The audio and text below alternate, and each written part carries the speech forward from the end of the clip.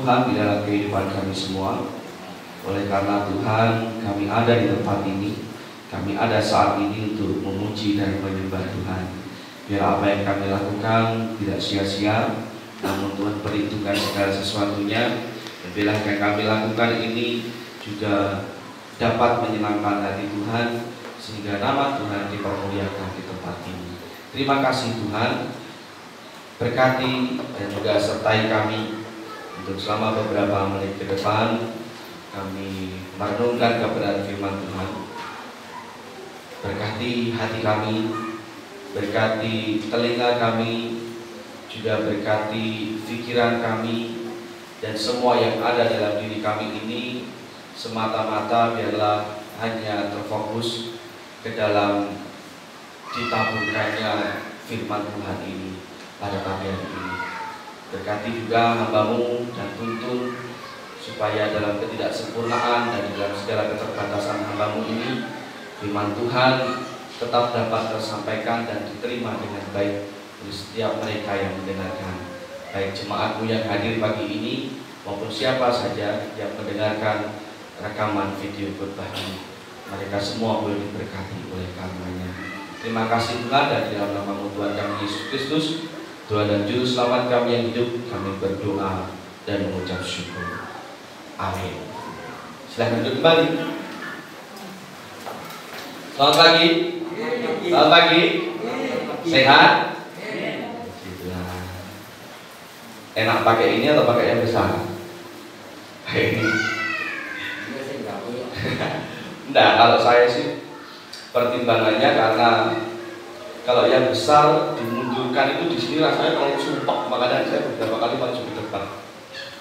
Kalau ini kan enak, udah janjian sama Pak Eko sebenarnya minggu depan gitu.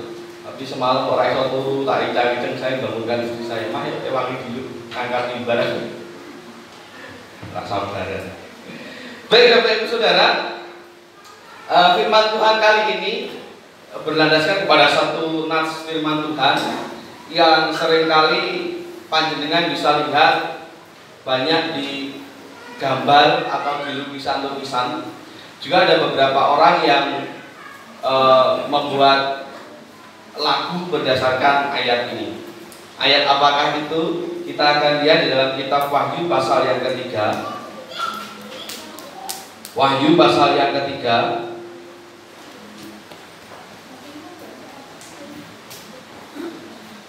Namun kitab Wahyu pasal yang ketiga, ayatnya yang ke-20.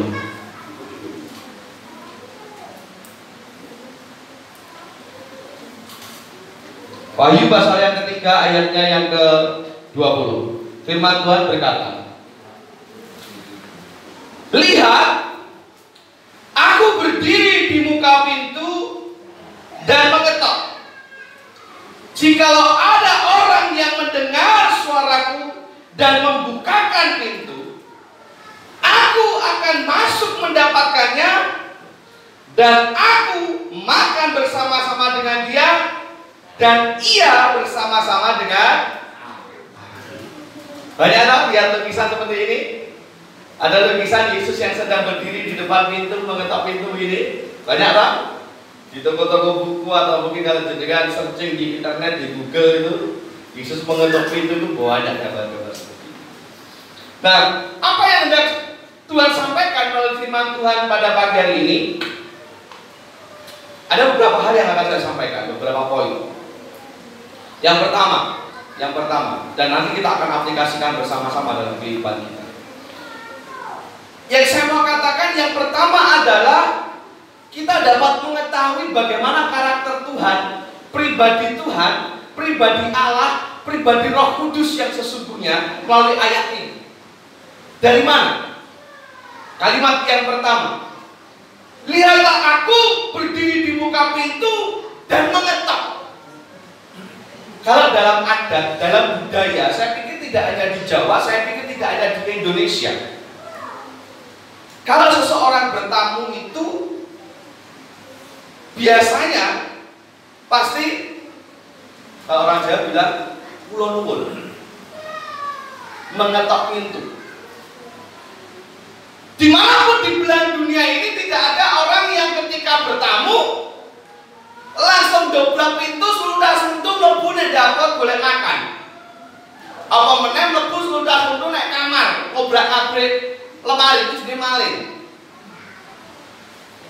Yang namanya orang bertamu disebut sopan, disebut tertib, disebut santun kalau ia dimulai dengan berdiri di depan pintu. Apakah itu setelah itu mengetuk pintu atau mencet bel? Kan macam-macam orang sih bel. Kalau di bel ya dipencet. Kalau di tempatnya hari itu apa bukan bel yang dipencet tapi ditarik, klinting-klinting gitu kan? Itu normalnya tamu, sopannya tamu.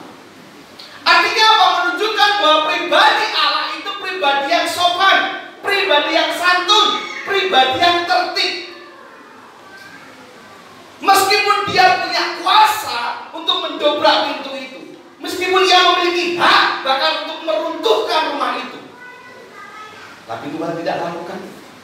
Tuhan tidak menyalahgunakan kekuasaannya sebagai Allah. Dia mengetuk dengan sopan. Itu pribadi Allah ya. Lalu apa yang dapat kita pelajari di sini? Itu berarti kalau ada pribadi, kalau ada orang yang mengatasnamakan suara Tuhan, tetapi perbuatannya, tetapi keputusannya merugikan banyak orang, itu berarti bukan suara. Kan ada banyak orang sekarang, entah itu hamba Tuhan, entah itu siapa saja, Tuhan berkata kepadaku, istrimu itu harus kau nikahi supaya engkau sembuh. Itu nafsumu. Ya. Tuhan berkata, Pak Tuk, kalau kakimu mau sembuh Pak Tuk, atas namakan surat rumahmu itu atas nama saya Pak. Ini Tuhan loh Pak yang bilang. Jangan percaya, karena pribadi Tuhan itu tertib, pribadi Tuhan itu sopan, pribadi Tuhan itu tidak mau merugikan orang lain. Bertamu saja dia sopan mengetuk pintu dulu. Walaupun sesungguhnya Tuhan punya kuasa tidak? Untuk bahkan jangankan mendobrak pintu, meruntuhkan rumah itu punya kuasa enggak? Ya punya, kenapa saya bilang punya? Lupa itu kan rumah yang bangun saya, uang saya. Kalau Tuhan tidak memberkatimu, kamu tidak bisa bangun rumah. Tapi Tuhan tidak melakukan itu. Berbeda ya dengan pemimpin-pemimpin sekarang ini ya. Dua kuasa sidik, jangankan yang menteri, jangankan yang anggota DPR, jangankan yang presiden, jangankan yang raja, tingkat RT, dua kuasa sidik, kalau orang Semarang bilang kemaki. Tapi di RT sini tidak, Pak RT yang baik. Tapi ada di RT lain. Entah itu RW, entah itu apa, dua jabatan sidik kemaki. Jangankan jabatan yang seperti itu, baru jadi suami 1 bulan saja sudah. Suami kan pemimpin rumah tangga. Apa-apa harus mauku. Saya itu suami. Kamu harus tunduk. Nah, apalagi bahwa firman Tuhan. Firman Tuhan berkata, istri-istri tunduklah pada suamimu. Tapi kalau suami ngajak sing elek, ngajak sesuatu yang merugikan keluarga, anak, istri dan semuanya, ya aja dinut. Karena itu jelas bukan suara Tuhan. Kalau itu benar-benar suara Tuhan, tidak akan merugikan. Suami-suami juga begitu, jangan mentang-mentang punya kuasa lalu bertindak semaunya. Tidak semua kehendak suami, tidak semua kehendak kepala rumah tangga harus dituruti. Kalau itu membuat keluarga semakin terjatuh. Setiap kita adalah pemimpin. Saya pernah katakan begitu kan? Apakah itu suami, istri atau anak? Maka saya mau katakan jangan salah gunakan kuasa yang diberikan Tuhan. Perusakan lingkungan itu juga karena mereka merasa memiliki kuasa. Karena pribadi Tuhan itu pribadi yang tertib, pribadi yang santun. Nah, aplikasinya dalam berbagai macam segi kehidupan, baik dalam pekerjaan, dalam rumah tangga, dalam kehidupan bermasyarakat. Kalau ada orang yang sukanya hidup semaunya sendiri, maka perlu dipertanyakan, adakah Tuhan di dalam hidupnya. Karena pribadi Tuhan, sekali yang saya katakan, tertib, santun, sopan, artinya segala sesuatu yang berdasarkan ketertiban, kesantunan, kesopanan tidak akan merugikan orang. Ya, segala sesuatu yang berdasarkan kesopanan, kesantunan, ketertiban merugikan orang lain tidak? Tidak akan. Lewat ketemu saya, Pak, monggo sopan, monggo pinara atau apapun lah bahasa itu kan. Lewat ketemu saya, mampir, tiba-tiba kerangkul, ngeplak aku, Pak, dia kabarmu? Bukan orang lain boleh.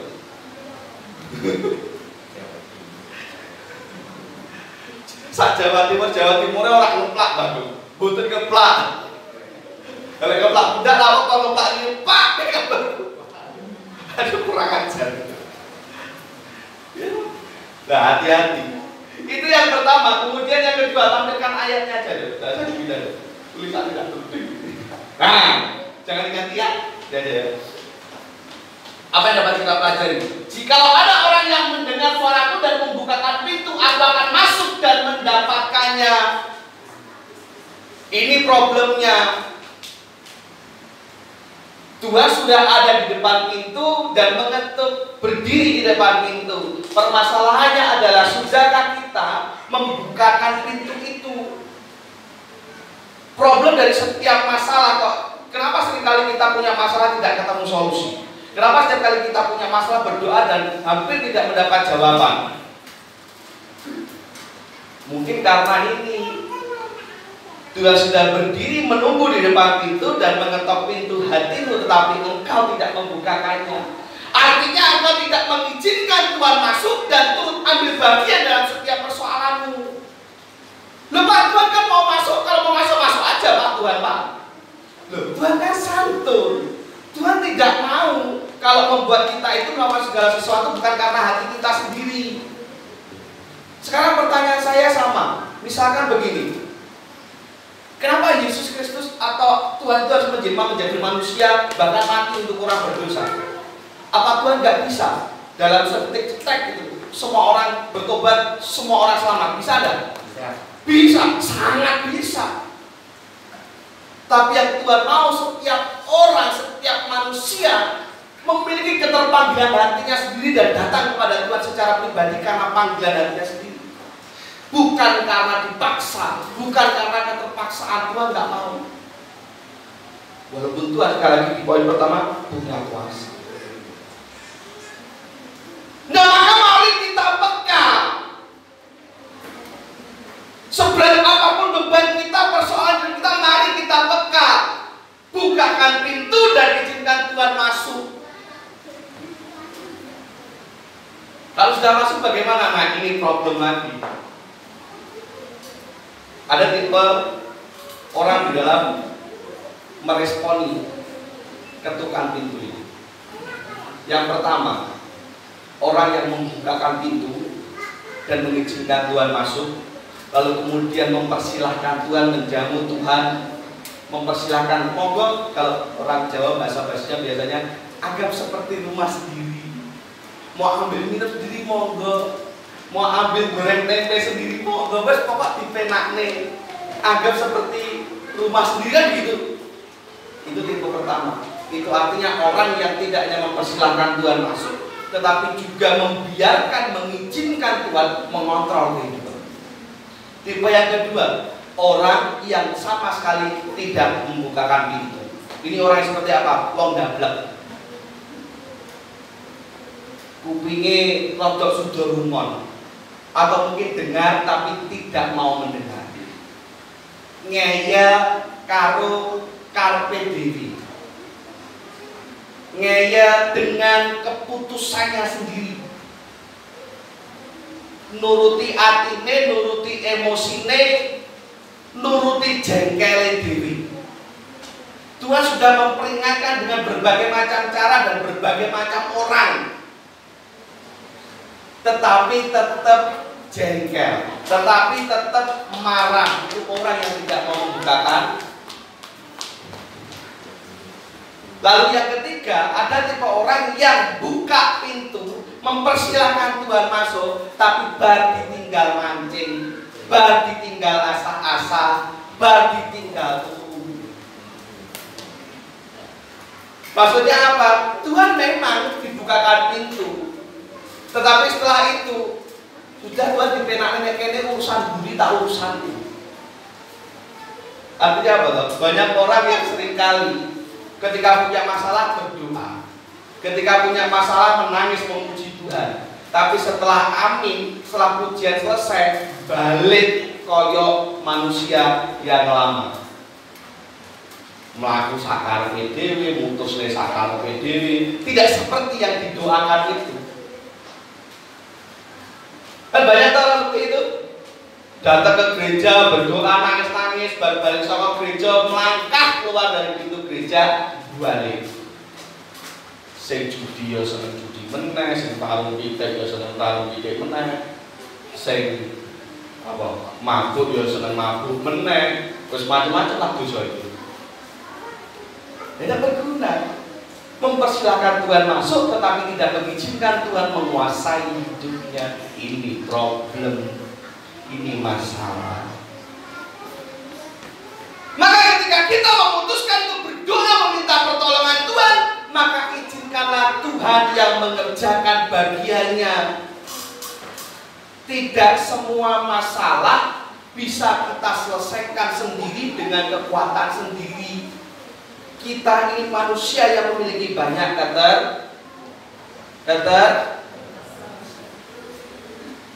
maka jangan menjadi pribadi yang suka ngeyel.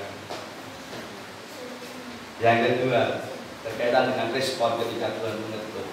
Buka nih polda, lalu buka nih berbimen buat apa nih Tuhan? Lalu yang ketiga, dan aku akan makan bersama-sama dengan dia dan dia bersama-sama dengan aku. Tuhan beri makan bersama-sama dengan kita, panjenengan dan saya. Lah panjenengan dan saya itu siapa? Ibarat ada seorang raja, seorang presiden, pemimpin besar dodong rumah, aku tak makmur ini boleh. Apa respon Anda? Berarti kita harus melihat bahwa raja ini, presiden ini atau pemimpin hebat ini sudah merendahkan dirinya untuk dapat bersama-sama dengan kita. Masyarakat biasa merendahkan diri dan dia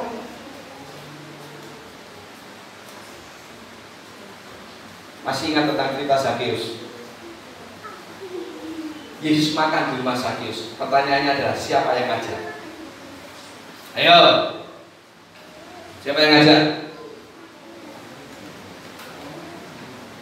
Ayo, siapa? Yang ngajak siapa? Siapa? Tuhan Yesus mau Zakeus. Ayo, telepon. Tuhan Yesus.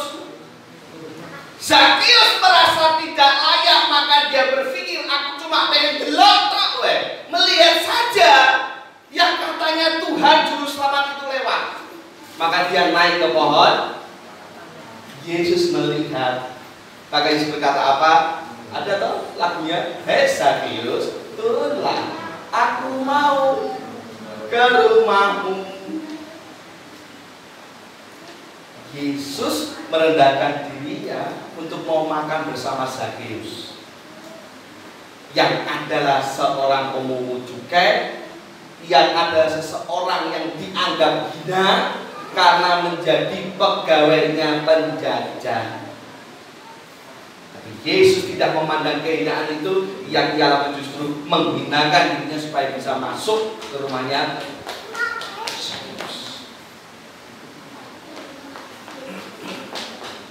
Nah, yang saya mau tanyakan begini. Kalau ada tamu, apalagi orang penting datang ke rumah panjenengan, terus yang jenengan lakukan apa yang jenengan lakukan? Pak Presiden ini datang ke rumah Pak Reto. Siapa? Kau mau aku terserah aku, betul nemoni karo singletan jebol kan, kakak cekak, gitu kan? Semaput malah mungkin.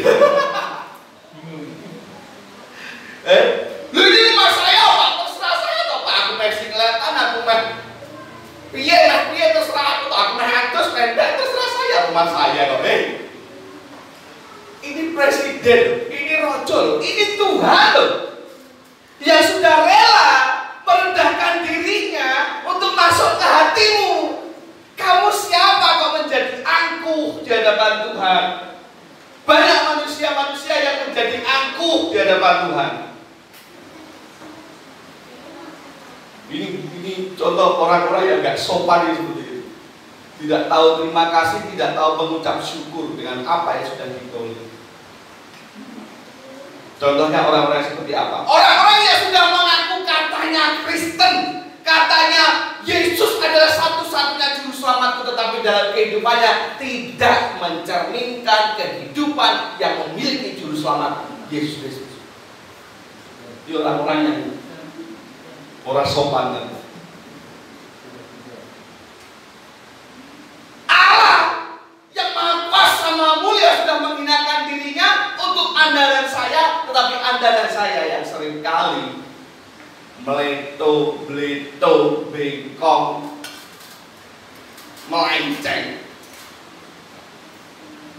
Maka jadilah orang yang dewasa, yaitu orang yang ketika berani mengambil satu keputusan, bertanggung jawab untuk keputusan itu. Keputusan apa? Keputusan untuk menerima Yesus sebagai Tuhan dan Juru Selamat satu-satunya dan bertanggung jawab untuk dia. Ya, saya yakin semua di sini sudah percaya Yesus toh? Sudah percaya Yesus toh? Orang maksud ya, bertanggung jawab. Kalau tidak mau disebut menjadi orang yang tidak sopan, Yesus sudah mau makan bersama-sama dengan kita, dengan Anda dan saya. Maka hargailah. Ke gereja pun juga sama, bentuk penghargaan kepada Tuhan. Maka kalau ke gereja ya jangan seenaknya sendiri. Mulai dari cara berpakaian, tidak harus yang bagus, tetapi yo untung di sini ono ya, orang nganggo katok cekak. Di hidup itu pernah ada, saya ketemu. Tidak tahu sekarang masih ada orangnya. Gereja pakai ini, dan di beberapa gereja juga ada kaosan. Ya janganlah. Kalau pakai jin gimana Pak? Yes, oke lah, pakai jin tidak masalah. Apalagi kayak Pak Pri, kulit katok bahan ora. Ono angel, kalaupun ada angel, mungkin harus dijahitkan sendiri ya Pak. Tidak apa-apa. Toh sopan, pakai jin. Daripada Pak Pri yang katok kami ini. Nah, kan tapi nggak mungkin ya Pak.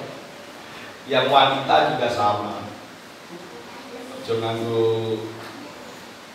apa? Hotpen. Aku sanggup dengan lah, tak tingkat dengan itu. Kotor. Itu tidak menghargai Tuhan. Termasuk sikap di dalam ibadah. Ada banyak orang itu yang maunya, sukanya dihormati, dihargai, tetapi tidak mau menghargai dan menghormati kembali. Contohnya orang seperti apa? Jenengan jadi MC, siapapun itu, pengen jenengan jemaat ikut nyanyi enggak? Pengen ikut nyanyi enggak? Pengen jenengan kalau jenengan ajak berdiri, jemaat ikut berdiri enggak?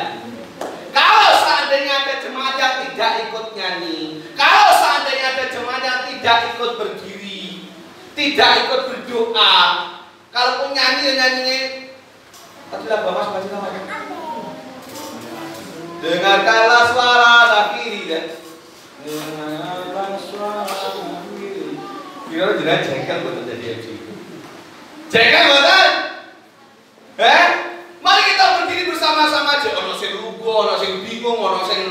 pemilu sing macam-macam. Jengkel mboten. Pun sama kalau Anda mendapatkan kesempatan berkhotbah. Pak Ari Bu Yohana, kalau ada jenengan lagi khotbah kemarin Pak, ada orang yang sibuk dhewe. Buka-buka Alkitab dhewe. Kadang ada kadang itu seperti itu loh. Ada orang yang sibuk sekali buka Alkitab, kenapa sih fokus saja gitu. Kalau tidak lagi disuruh buka Alkitab, kita sama nggak buka ini lopos gitu. Dengarkan saja. Sibuk dolanan HP, sibuk ngobrol. Jengkel mboten kira-kira. Jengkel mboten. Kalau tidak lagi khotbah di depan itu piye Pak Ari? Rasa jengkel pasti ada loh. Nah maka ketika Anda menjadi pendengar ya jangan lakukan itu. Gampangannya kalau nggak mau dijiwit, ojo jiwit. Kalau tahu dijiwit itu sakit maka jangan jiwit. Saya itu pernah ditegur ketika mahasiswa oleh salah satu dosen pendeta aku, putra dari almarhum pendeta Edi Wiryadinata, sekarang pelayan di Bandung. Saya padahal hanya pindah tas, tidak lagi belajar karena waktu itu memang lagi ujian, minggu-minggu ujian. Saya hanya pindah tas, tapi beberapa anak di dekat saya itu lagi belajar. Saya pindah tas atau masukkan buku yang dicinta masuk kamar. Pokoknya ada kegiatan. Beliau ada di belakang saya. Selesai kapel itu waktu kapel. Selesai kapel saya dijamin ikut ke kantor saya. Tas saya diambil. Kamu ngapain tadi? Tak kerangan atau saya ini. Kamu belajar loh, buka buku loh. Tidak Pak. Saya hanya ini. Sekarang ini, kamu kan sekolah pendeta. Nanti jadi pendeta kamu khotbah.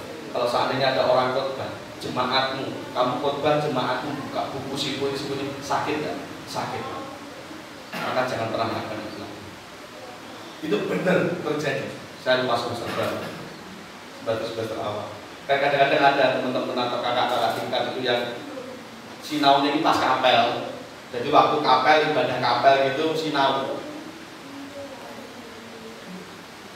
Itu tidak menghargai. Anda datang ke gereja, itu untuk siapa? Ya. Maka hargailah Tuhan dengan cara mengikuti semua kegiatan gereja, tata cara, susunan acara yang ada dengan sebaik. Waktu memuji Tuhan dengan baik, dengan ceria, dengan sukacita, lagu dan penyembah sembahlah dengan baik. Ketika firman Tuhan disampaikan, dengarkan dengan baik. Ngaket boleh enggak Pak? Boleh. Tapi aja sepanjang korban ngaket terus sampai yang di karena menjualkan itu enggak gitu. Kan poin-poinnya saja loh. Jangan sibuk sakar PDW. Itu bukan hanya Anda tidak menghargai khotbah, tetapi tidak menghargai. Nah, karena yang disampaikan itu adalah firman-Nya. Ada saktinya lo bunga-bunga lo maklum bocah kerja apa-apa. Ada Ishak bunga-bunga Maria lo. Salah pabul. Jangan menghargai. Karena Tuhan sudah menghargai kita dengan cara merendahkan diri. Maka yuk mari kita menghargai Tuhan dengan memberikan segala yang terbaik. Melayani juga melayani sebaik-baiknya. Jangan untuk mencari muka, jangan untuk mencari pujian. Karena banyak pelayan Tuhan itu yang sukanya mencuri kemuliaannya Tuhan. Ya loh? Semua dibuat-buat, khotbah yang dibuat-buat. Yang penting orang senang. Jadi WL atau worship leader atau kalau kita kenal MC, pemimpin pujian yang dibuat-buat, dimerem-merem nih, padahal di hatinya tidak menghayati tapi dimerem-merem nih. Sewenangane ngulangi lagu, ngulangi ref itu hal yang wajar, boleh.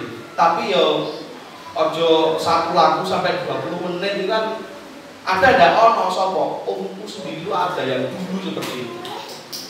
Mentang-mentang lagunya apik, lagunya dia seneng, wah, refnya durangi ono ping, orang Indonesia ping 9 jalan.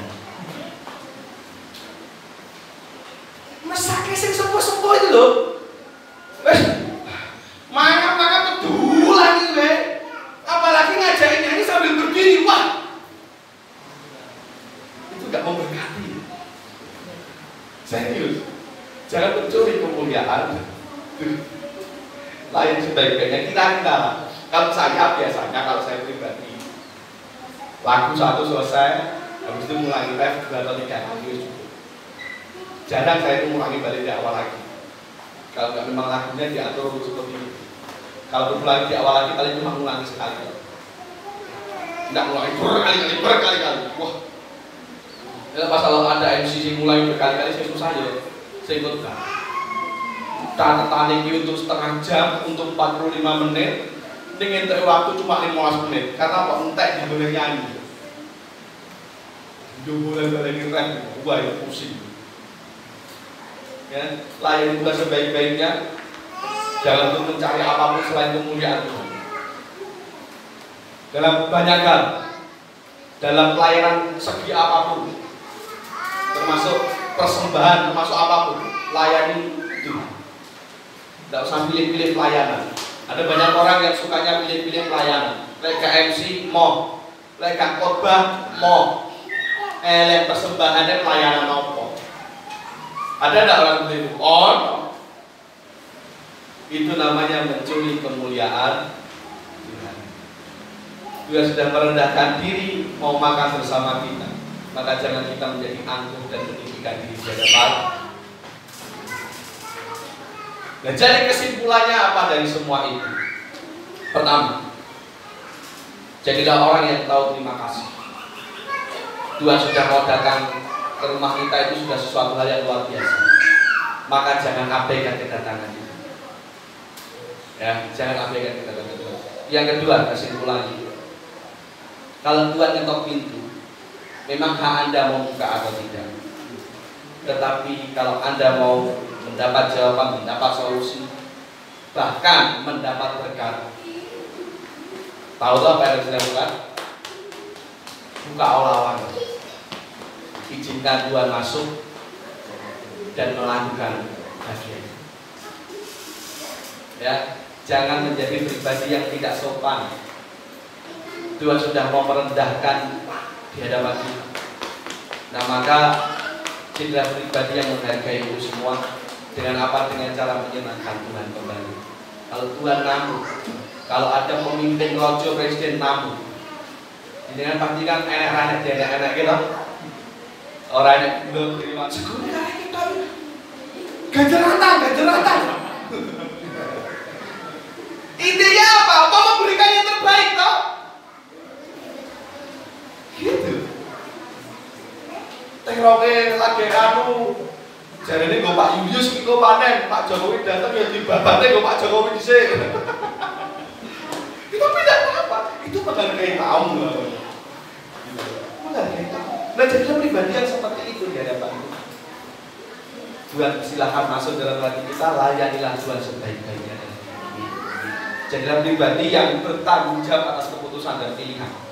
Anda sudah memilih menjadi pribadi yang percaya Yesus, terima Yesus sebagai Tuhan dan Juru Selamat, maka hiduplah sebagaimana iman dengan kepada bisa kiranya Tuhan menyentuh hati kita semua, membuka hati dan pikiran kita sehingga Tuhan bisa masuk di dalamnya. Kita akan tunduk kepala dan berdoa. Bapa kami di surga, terima kasih untuk kebenaran firman-Mu pada pagi hari ini. Kiranya memberkati kami, memperlengkapi iman kami dan menguatkan menjadi keyakinan dan percaya kami kepada Tuhan. Dan juga jadikanlah pribadi yang lembut hati, tidak berkeras hati, sehingga kami pun peka terhadap suara Tuhan, terhadap teguran Tuhan, dan terhadap segala sesuatu yang Tuhan hendak ingin lakukan dalam kehidupan kami. Berkati setiap kami yang sudah mendengarkan, jemaatku di tempat ini, atau siapapun yang mendengarkan firman Tuhan ini melalui rekaman video ini. Tuhan Yesus yang melunakkan hati mereka, sehingga mereka pun mengizinkan Tuhan masuk dalam hidup mereka dan bekerja di dalam kehidupan mereka. Jadikan kami pribadi yang tidak angkuh, tidak tinggi hati, tidak sombong dari Allah, karena Tuhan pun sudah memberikan yang terbaik dalam kehidupan kami semua. Terpujilah nama-Mu Tuhan, sempurnakanlah segala sesuatu yang menjadi kekurangan hambamu, dan setiap perkataan dalam setiap ucapan Tuhan yang maha sempurna, yang menyempurnakan segala sesuatu ini. Dalam nama Tuhan kami Yesus Kristus, Tuhan dan Juru Selamat kami, kami berdoa mengucap syukur. Amin.